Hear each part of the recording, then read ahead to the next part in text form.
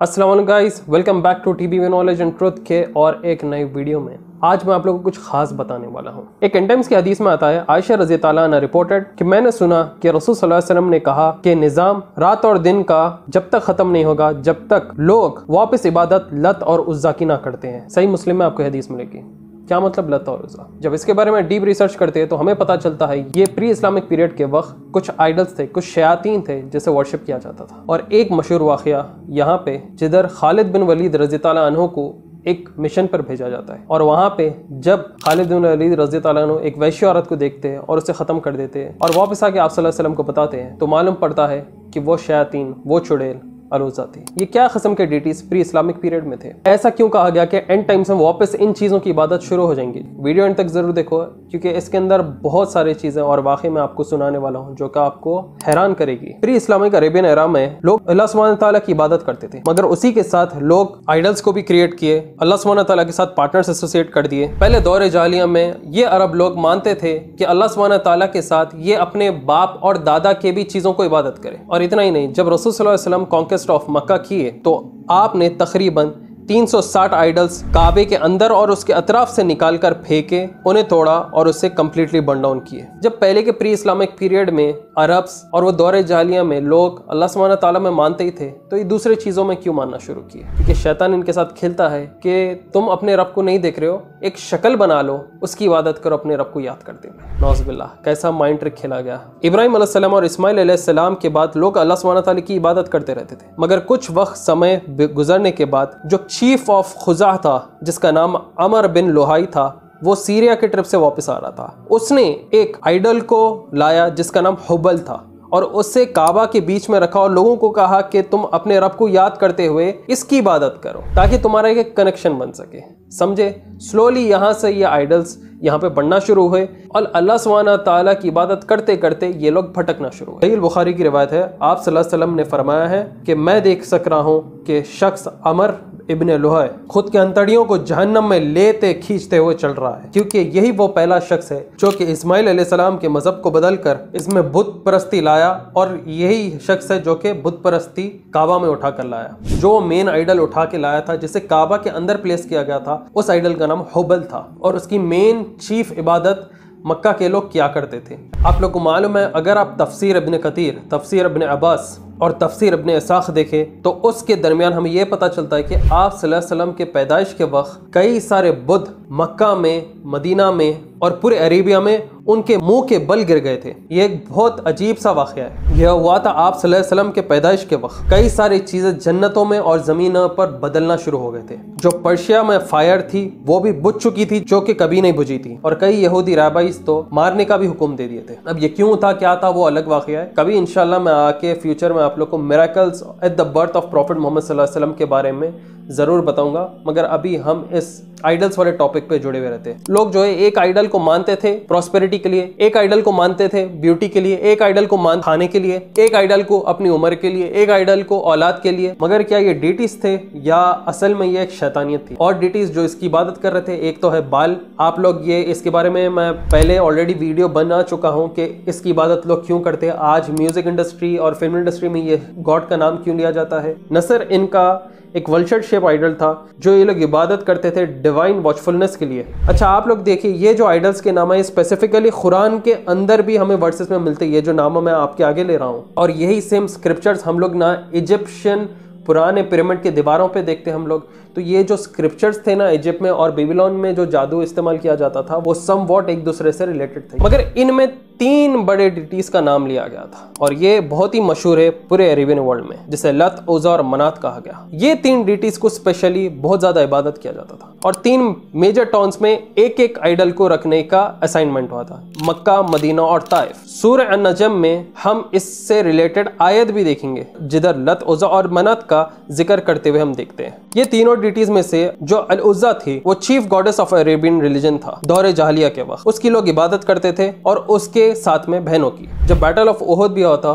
तो वहां के खुरैश अजीब से नाम पुकारना शुरू कर दिए, ए उज्जा के लोग, ए हुब्बल के लोग, हमारी आवाज को सुनो। और उस वक्त पे आपको पता है लोग कसम खाते थे इन डेटीज का नाम लेकर, जैसा लोग आजकल खुदा की कसम कहते हैं, उस वक्त पे इन आइडल्स का नाम लेके लोग कसम खाते थे। ये दौरे जालिया के वक्त कुरैश लोग अपने बच्चों के साथ भी इन डेटीज का नाम जुड़ा देते थे, जिसको मैं रिपीट नहीं करना चाह रहा हूँ। ये तीनों आइडल्स में से अल-उज़्ज़ा को लोग अरेबियन पेनिनसुला में ज्यादा मानते थे, गिफ्ट्स ऑफर करते थे, दूर दूर से जर्नी करते थे और सैक्रिफाइस करते थे ये नाम पर। अब आप लोग चंद चीजों पे यहाँ पे गौर करना। जब रसूल सल्लल्लाहु अलैहि वसल्लम कॉन्क्वेस्ट ऑफ मक्का कर लेते तो आप एक मिशन देते खालिद बिन वलीद रज़ी अल्लाह अन्हु को और एक लोकेशन पे भेजकर कुछ काम करने को बोलते हैं। ये चीज़ों के कई सारे आप नरेशंस देखेंगे हमारे हदीस में, इब्ने कतीर में देखेंगे आप। जिधर खालिद बिन वलीद रज़ी अल्लाह अन्हु जाते हैं उस जगह लोगों को झाड़ के अतराफ इबादत करते हुए देखते हैं। आप देखते हैं कि लोग तवाफ़ कर रहे हैं, झाड़ के अतराफ इबादत कर रहे हैं, तो आप क्या करते हैं, आप झाड़ काट देते हैं और वापस आ जाते हैं। फिर आप ये बात रसूल सल्लल्लाहु अलैहि वसल्लम को बताते हैं। फिर आप सल्लल्लाहु अलैहि वसल्लम बोलते हैं कि काम पूरा नहीं हुआ और फिर से खालिद बिन वलीद रज़ी अल्लाह अन्हु को भेजते हैं। फिर जब आखिरी झाड़ जो कि ये नखला लोकेशन में था, जो कि ताइफ के करीब है, जिधर इस डीटी की, इस शयातीन की ज़्यादा इबादत की जा रही थी, वहाँ पे जब खालिद बिन वलीद रज़ी अल्लाह अन्हु आते और ये तीसरा आखिरी झाड़ देखते हैं और खालिद बिन वलीद रज़ी अल्लाह अन्हु देखते हैं कि एक वैश्य औरत काली किस्म की नंगी बैठी हुई और ख़ुद के सर के ऊपर मिट्टी डाल रही है। जैसे ही वो खालिद बिन वलीद रज़ी अल्लाह अन्हु पे वार करने आती है, आप तलवार से उसके टुकड़े कर देते हैं और वो नीचे एशेस बन के गिर जाती है। अल्लाह अकबर। ये देख रहे हैं आप लोग चीज़ें, लोग आइडल्स को नहीं, वहाँ पे शयातीन को वर्शिप कर रहे थे आइडल्स की शेप बना के। क्यों? क्योंकि अल्लाह सुब्हानहू ताला के साथ आप कोई पार्टनर्स को एसोसिएट नहीं कर सकते। शिर्क की माफ़ी नहीं है। शिर्क की माफ़ी क्यों नहीं है, ये समझने की बात है। हर चीज़ की माफ़ी है सिवाय शिर्क के।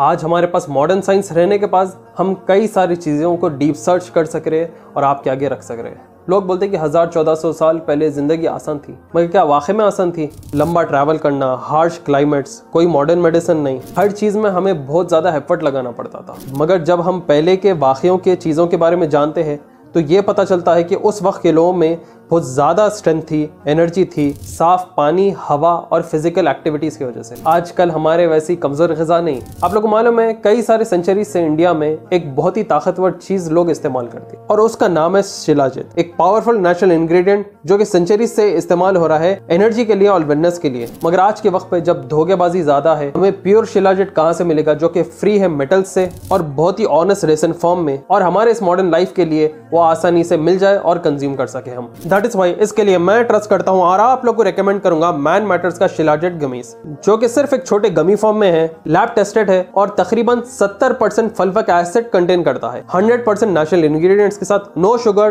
Clean and honest. Chicory root prebiotic है और शिल ऑब्जर्व टेक्नोलॉजी के साथ है। बस 2 गमी आपको हर दिन कंज्यूम करना है और अगर आप इसे लगातार 3 महीने तक कंज्यूम करोगे तो आपको फर्क दिखेगा, जिससे आपका काम भी आसान हो जाएगा, आपके पास एनर्जी भी ज्यादा रहेगी और आप मल्टीटास्किंग भी आराम से कर सकते हो। तो दोस्तों, मॉडर्न जमाने में पुश्तैनी इंग्रेडिएंट्स को इस्तेमाल करें और अपना डेली लाइफ रूटीन शानदार बनाए। इस चीज का लिंक आपको मिल जाएगा नीचे डिस्क्रिप्शन में, कैसे भी जाए, बाई आउट करे और फर्क देखे अपने डेली लाइफ में। अब एक जो डीटी है जिसका नाम लत है, वो ताइफ से एसोसिएटेड थी। जैसे मैं आपको बताया कि एक मदीना, मक्का और एक ताइफ में अलग अलग आइडल्स ये लोगों ने रखा था। जो ताइफ के ट्राइब के लोग थे जिनका नाम तखीफ था, वो इस चीज की इबादत करते थे और हर अरब को बोलते थे इस चीज की इबादत करो सिवाय खुरैश के, क्योंकि वो लोग ये चाहते थे कि खुरैश दूसरे आइडल को वर्शिप कर रहा है, हम ये आइडल को वर्शिप करेंगे। यहाँ भी ये लोग को कॉम्पिटिशन लग गया था। और थोड़ी रिपोर्ट्स के हिसाब से हमें ये पता चलता है कि आप सल्लल्लाहु अलैहि वसल्लम ने अबू सुफियान इब्न हर्ब को भेजा था बैटल ऑफ तबुक के बाद इस चीज को, इन जगहों को कंप्लीटली डिस्ट्रॉय कर देने के लिए। एक उज़्ज़ा की इबादत वो जगह पे खत्म हुई, फिर यहाँ पे लत की इबादत खत्म हुई। अब बची का, अब जो बची वो थी मानत, और इसे मदीना के मुकामी लोग इबादत करते थे। लोग अपना सर शेव कराते थे और इस आइडल के सामने कई घंटों ठहर जाते थे। इन लोग का मानना था कि इनका जो पिलग्रिमेज था वो कंप्लीट ही नहीं होता है सिवाय इस आइडल को विजिट किए। अब यहाँ पे हमें 2 नरेशंस देखने को मिलते हैं। जो मनात का वाकया था वो है साद बिन ज़ैद अल अशाली रज़ी अल्लाह अन्हु का, जो कि 20 आदमी और उनके घोड़ों के साथ जाते हैं और इन चीजों की इबादत को खत्म करते हैं। और यहाँ पर भी ये काली औरत देखते हैं जिसके बाल बिखरे हुए थे, नाखून बड़े लंबे काले बाल, और जो अपने छाती को मार रही थी और जिसके सर पर धूल मिट्टी थी, वो भी भागते हुए आते हैं और इसे मार दिया जाता है। अब इब्ने कतीर और जब हम दूसरे हदीस की रिवायत देखते हैं, ये रिवायतें हम खालिद बिन वलीद रज़ी अल्लाह अन्हु के एक्सपेडिशन में भी मल्टीपल टाइम्स देखते हैं। तो इतना तो वाकया कन्फर्म है कि वहाँ पे जो भी चीज़ें डिस्ट्रॉय हुए थे, वहाँ पे एक वैश्य औरत तो थी, एक किस्म की चुड़ैल थी, एक किस्म की शयातीन थी जो कि हमला करने आ रही थी, और जब उससे तलवार से काट दिया गया वो एक एशेस में टर्न होकर नीचे गिर गई। अच्छा, ये बहुत इंपॉर्टेंट है, इस पे आप लोग तवज्जो देना। मैं आपको क्या चीज़ बोला कि जब खालिद बिन वलीद रज़ी अल्लाह तआला अन्हु को एक मिशन पे भेजा गया था, तो वहाँ पे आप देखा था लोग झाड़ के अतराफ किस्म से इबादत कर रहे, तवाफ कर, और वहाँ पे जब झाड़ों को तबाह किया गया तो एक चुड़ैल बैठी हुई दिखी, एक शयातीन दिखी जिसे ख़त्म कर दिया गया। आप लोग को मालूम है क्रिश्चियंस भी ऐसे ही सिमिलर वाक़े में मानते हैं, और आप मशहूर एक सीरीज़ देखे होंगे जिसका नाम था द अनहोली। इस अनहोली मूवी में वहाँ के मुकामी लोग क्या करते हैं, एक झाड़ की इबादत करना शुरू करते हैं। और ये चीज़ कैसा होता है, जब एक गूंगी लड़की उस झाड़ के नज़दीक जाती है, उसे कुछ आवाज़ें सुनाई देते हैं, वो बोलती है इस झाड़ को देखते क्या ये झाड़ कुछ बोलना चाह रहा है। और जब वो नज़दीक जाती है तो वो एक औरत, खूबसूरत औरत की शक्ल देखती है जो कि उसे कहती है कि मैं मैरी हूँ। उनके बिलीव्स में मैरी इज़ मरियम अलैहिस्सलाम। तो फिर वो जो गूंगी बच्ची है वो बोलना शुरू कर देती है, ये वाक़े को उसके शहर में फैला देती है, और फिर जो जो लोग बीमार है वो आते उस झाड़ की इबादत करना शुरू करते हैं। इतने मुकामी लोग बढ़ जाते हैं वहाँ के कि जो जो अपनी अपनी बीमारी लेके आ रहा था, जो लंगड़ा था वो अपने पैर पे चलना शुरू कर दिया, जो जो अपनी बीमारी लेके आ रहे थे लोग वो ठीक होते जा रहे थे। आखिर में जब कुछ जर्नलिस्ट और रिपोर्टर्स देखते हैं कि लोग एकदम से ये झाड़ की इबादत करना शुरू कर रहे हैं, क्या ये वर्क ऑफ मैरी है रियल में या ये वर्क ऑफ सेटन है, क्योंकि सेटन खतरनाक इंसानों को डिसीव करता है। वो गॉड की जगह खुद की इबादत करना शुरू कर रहे हैं। लोग अगर मैरी को देखते तो झाड़ की क्यों इबादत कर रहे थे। उसके बाद में वहाँ के जर्नलिस्ट उस झाड़ को जला देते हैं, और जलाने के बाद एक अंदर से बहुत ही वैशी खसमनाक की एक चुड़ैल बाहर आती है और वो लोगों पे हमला करना शुरू करती है, और उस झाड़ के जलने के साथ वो भी ख़त्म हो जाती है, और जो जो लोग को पहले बीमारी थी अच्छे हो गए थे वो वापस बीमार हो जाते हैं, बैक टू स्क्वायर वन हो जाते हैं। तो यहाँ पे क्या हुआ, क्रिश्चियंस जिधर एक झाड़ की इबादत कर रहे हैं और इसके पीछे शैतान काम कर रहे हैं और लोगों को उस पूरे मुकाम को भटका रहे हैं। अस्तगफिरुल्लाह। आज भी अगर हम थोड़े लोगों को, ऐसे कौम को देखते हैं जो कि अभी भी दौरे जाहिलिया में जी रहे हैं, आप देखेंगे कि वो लोग झाड़ों की इबादत कर रहे हैं। वो लोग झाड़ के अतराफ रस्सियां बांधते हैं, झाड़ों के तरफ तवाफ करते हैं, झाड़ों के तरफ गुड़ियां मानते हैं। मैं मजहब का नाम नहीं ले रहा हूँ, मगर हमारे में से ही कई लोग हैं जो झाड़ के तरफ ये सब चीजें कर रहे हैं। अब आप बोलिए, उस दौरे जाहिलिया में जब ये चीज को खत्म किया गया तो आज के हमारे मुसलमान ये चीजों में क्यों मान रहे हैं? आज के हमारे मुसलमान ये चीज क्यों कर रहे हैं जो हमारे इस्लाम में ना हदीस में बताई गई ना कुरान में बताया गया, मगर बाप दादा और उनके फॉल्स बिलीफ्स पे सब चीज चल रही है। अल्लाह से मांगने की जगह फलाना जगह जाओ, झाड़ पे कोई चीज, फोटो टंगा दो, धागा टंगा दो, धागा बांध दो, खत्म, आपको शिफा मिल जाती है। और रियल में ये लोग ठीक हो जाते हैं। ये लोग अपना टेस्ट फेल कर लेते हैं। मालूम है आप लोग को कैसा फेल कर लेते हैं? क्योंकि बाज बीमारियां शैतान की तरफ से इंसान को दिए जाते हैं, और ये फैक्ट प्रूवन है। अय्यूब अलैहिस्सलाम का वाकया देख लो आप, जिधर शैतान अल्लाह सुब्हानहू तआला से रिक्वेस्ट करता है और बोलता है कि मेरे को अय्यूब अलैहिस्सलाम के जिस्म में दाखिल होने दो ताकि मैं रोक सकूं आपकी इबादत करने से। उसके बाद शैतान को इजाज़त मिल जाती है और वो अय्यूब अलैहिस्सलाम को एक ख़तरनाक बीमारी देता है, मगर अय्यूब अलैहिस्सलाम हमेशा अल्लाह सुब्हानहू तआला का शुक्र अदा करते हैं और उस टेस्ट को पार कर जाते हैं। और ये अय्यूब अलैहिस्सलाम की दुआ हम सबको बताएगी जो कि बहुत पावरफुल है। इसलिए आप कोई भी बड़े आजमाइश में, बड़ी परेशानी में हो, ये अय्यूब अलैहिस्सलाम की दुआ जरूर पढ़ना। आपको मालूम है हिस्टोरियंस के हिसाब से जब ये आइडल्स को डिस्ट्रॉय कर दिया जा रहा था तो उनमें से एक मन्नत का आइडल को सीक्रेटली अपने साउथ एशियन कंट्री में स्मगल किया गया था। अब इनमें दो रिपोर्ट्स है हिस्टोरियंस के कि ये आइडल को जो कि स्मगल किया गया था, और आप सल्लल्लाहु अलैहि वसल्लम का जब हुक्म था इन चीजों को खत्म कर देना, तो महमूद ऑफ गजनी सेंचुरी 1024 में एक एक्सपेडिशन करते हैं ये सोच के कि ये चीज जो स्मगल की गई थी इसे खत्म कर दिया जाए, और फिर जाते हैं और इस चीज को निकाल कर तोड़ देते हैं। हिस्टोरियंस बात बोलते हैं कि महमूद ऑफ गजनी ने इस चीज को निकाल कर एक टेंपल ऑफ इंडिया में से खत्म किया इन द सेंचुरी 1024, और बाज हिस्टोरियंस कहते हैं कि नहीं, वो मिस्टेकन है, ऐसा कुछ वाकई में हुआ नहीं था, वो स्मगल किया गया था या नहीं किया गया था, इसका एक हिस्टोरिकल नरेशन वीक है। मतलब समझ रहे आप लोग, मगर ये वाकया बहुत ज्यादा मशहूर है। कई सारे आप लोगों को इस चीज के बारे में बात करते हुए देखेंगे, कई लोगों को इस चीज के ऊपर वीडियो बनाते हुए देखेंगे कि एक मन्नत के आइडल को स्लोली स्मगल किया गया था हिंद में, और यहाँ पे उसे इंस्टॉल कर दिया गया था। फिर यहाँ पे लोग उसकी इबादत कर रहे थे। देख रहे आप लोग कैसा सीक्रेटली शयातीन काम करते रह रहे, यहाँ से वहाँ, वहाँ से यहाँ। अगर यहाँ नहीं टिक सका तो कोई दूसरे शहर में, फिर वहाँ नहीं टिक सका तो फिर वहाँ से कहीं और हटा दो। और स्मगल कौन कर रहे हैं? हमारे दौरे जाहिलिया के बेवकूफ़ लोग। शैतान हमेशा डायरेक्ट वार्निंग करता है, वो स्लोली करता है। एक जनरेशन अगर नहीं भटकी तो उसके बाद के जनरेशन को भटकाता है, उसकी बाद की जनरेशन नहीं भटकी तो इसके बाद के जनरेशन को भटकाता है। एक जनरेशन से दूसरे से तीसरा, तीसरे से चौथा, एंड तक, जब ये ह्यूमन रेस का एंड तक आएंगा ना, जब तक वो कंप्लीटली नहीं भटकाएंगा, जब तक वो काम करते रहेगा। और दज्जाल के फितने आप लोग याद रखिए, अभी हमारे जनरेशन में जितने दज्जाल के फितने हैं ना, उससे खतरनाक हमारे बाद के जनरेशन में रहेंगे, उससे खतरनाक उसके बाद के जनरेशन में रहेंगे। इसलिए हमें जो दिया गया वो इल्म है ना, हम हमारे दोस्तों को, हमारी औलाद को और हमारे बाद के जनरेशन्स को ये हर चीज़ सिखाना ज़रूरी है। आपको मालूम है कि अल्लाह सुब्हानहू तआला में मानने के बाद भी आइडल्स का क्रिएशन कैसे हुआ? ये चीज़ हमें नेशन ऑफ प्रॉफिट नूह अलैहिस्सलाम से पता चलती है। नूह अलैहिस्सलाम की कौम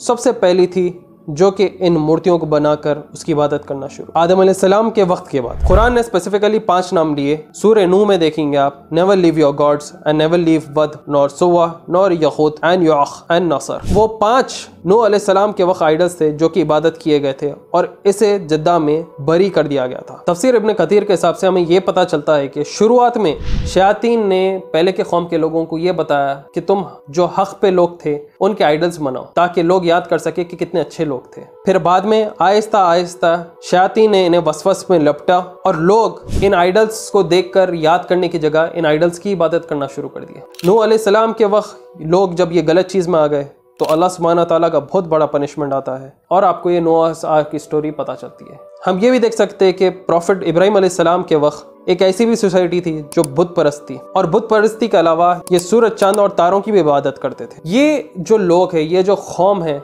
ये हमेशा ना एक वक्त पे आके भटकी और बुत परस्ती करना शुरू कर दी थी। आप देखिए, जब मूसा अलैहिस्सलाम अल्लाह सुब्हानहू तआला के हुक्म पर अपनी कौम को छोड़कर एक सफ़र पे निकले, वहीं पीछे ये कौम उस चंद वक्त में भटक गई और उसके बाद ये गोल्डन काफ की स्टोरी हर किसी ने सुना होगा। ये गोल्डन काफ की स्टोरी आप जुडाइज्म में सुनेंगे या आप क्रिश्चियनिटी में सुनेंगे और हमारे मुस्लिम वर्ल्ड में भी आप सुनेंगे कि कैसा एक गोल्डन काफ को बनाया गया था और उसकी लोग इबादत करना शुरू कर दिए थे। तो आप लोग यहाँ पे गौर करिए, चंद वक्त लगा लोगों को भटकाने के लिए और उनको बुत परस्ती के ट्रैप में फंसाने के लिए।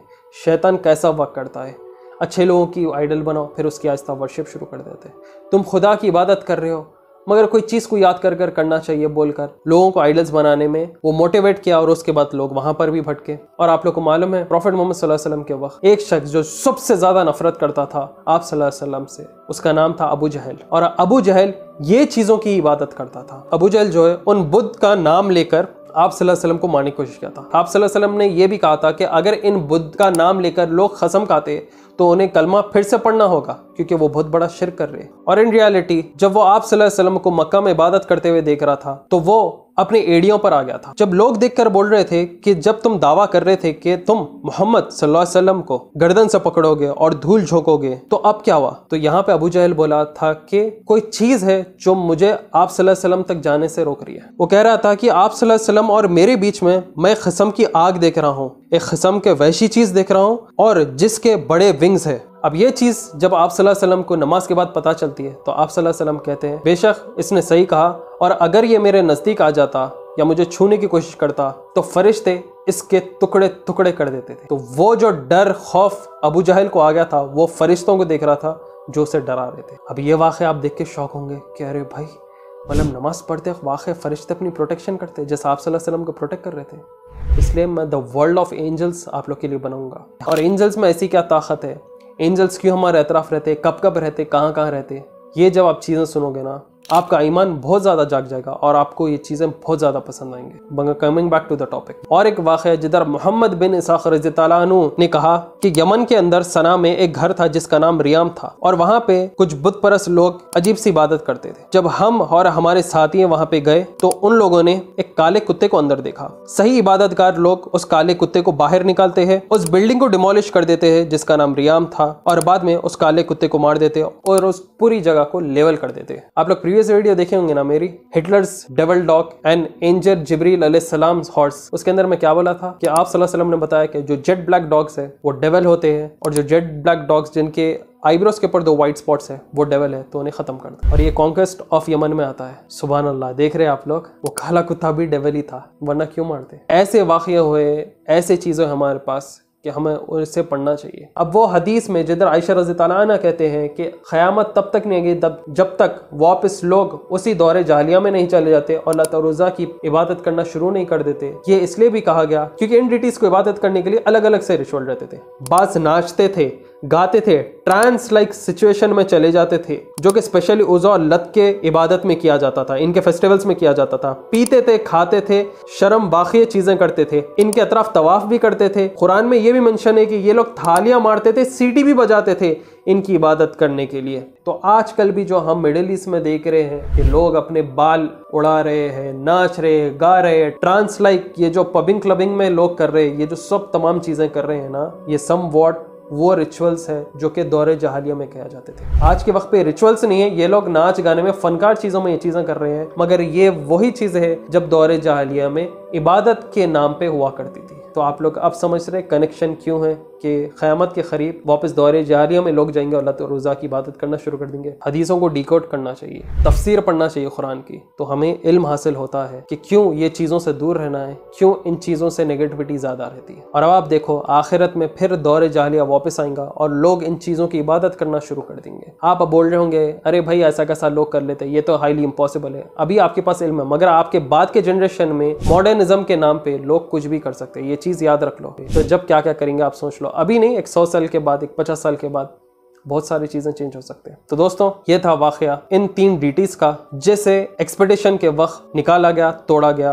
और जिनके दरमियान एक वैशी काली किस्म की औरत लंबे बालों के साथ, लंबे नाखूनों के साथ, जो कि अपने सर पे धूल झोंक रही थी, छाती को मार रही थी और वार करने आया वो खालिद रज़ियल्लाहु ताला अन्हु से खत्म करते हैं और एशेस में टर्न होके वो खत्म हो जाती। तो ऐसे भी चीजें हमारे पास हुए। होप आप लोग को वीडियो पसंद आए हो। इंशाल्लाह अब मैं आगे आप लोग को वर्ल्ड ऑफ एंजल्स के बारे में मैं वीडियो बनाऊंगा जल्द, और ऐसे शॉकिंग वाक़े सुनाऊंगा फरिश्तों को लेके जिसे आप पहले कभी सुने ना हो। दोस्तों इन तमाम चीजों को कलेक्ट करना, आपके आगे प्रेजेंट करना एक अच्छी तरीके से, इसमें बहुत ज्यादा वक्त लगता है, बहुत ज्यादा मेहनत लगती है। हंड्रेड्स एंड हंड्रेड्स ऑफ हदीसों को पढ़ा जाता है, तफसीर को पढ़ा जाता है, फिर इससे कलेक्ट करके आपके आगे रखा जाता है। प्लीज हमारे चैनल को सपोर्ट कीजिए। अगर आप हमारी टीम को और हमारे चैनल को सपोर्ट करना चाहते हो तो आप इस चैनल के मेंबर बन के सपोर्ट कर सकते हैं और इन तमाम डिटेल्स के जरिए, यूपीआई के जरिए चैनल को सपोर्ट दिखा सकते हो। तो do support our team, do support our channel, super chats के जरिए, यूपीआई के जरिए, as well as channel member बनने के जरिए। इन चीजों की डिटेल्स आपको डिस्क्रिप्शन में मिल जाएंगे। शेयर करिए इस वीडियो को अपने फ्रेंड्स और फैमिली मेंबर्स के साथ, व्हाट्सएप पर, इंस्टाग्राम पर, फेसबुक पर, हमें सपोर्ट दिखाएं। नीचे आप लोग कमेंट जरूर करिए, क्योंकि आप लोग के कमेंट्स पढ़कर हमें खुशी होती है। छोटी बात ही सही, एक अल्फाबेट ही सही, आप लोग जरूर लिखिए, हमें खुशी होती है जब आप लोग इंटरेक्ट करते हैं। अगला वीडियो आप लोग क्या देखना पसंद करेंगे वर्ल्ड ऑफ एंजल्स के अलावा, जरूर नीचे कमेंट सेक्शन में बताएं। दोस्तों वीडियो एंड करने से पहले याद दिला दूं कि हमारे एंशिएंट जनरेशंस जब नेचर के पावर पे थ्राइव करते थे, तो हम क्यों ना करें। आप और हम मिलके वही नेचर के पावर का इस्तेमाल करते हैं और shilajit gummies by man matters consume करते हैं। एक्सपीरियंस करें high level of energy with modern gummies. Check out shilajit gummies by man matters, इसका लिंक आपको मिल जाएंगे नीचे डिस्क्रिप्शन में। Go check it out now. फिर आऊंगा जल्द नई वीडियो के साथ। सब्सक्राइब करें ज्यादा से ज्यादा मेरे चैनल को और हमेशा मुस्कुराते रहे। मिलता हूं जल्द नई वीडियो के साथ, दुआ में याद रखें मुझे। Till then take care, see you soon, अस्सलाम वालेकुम।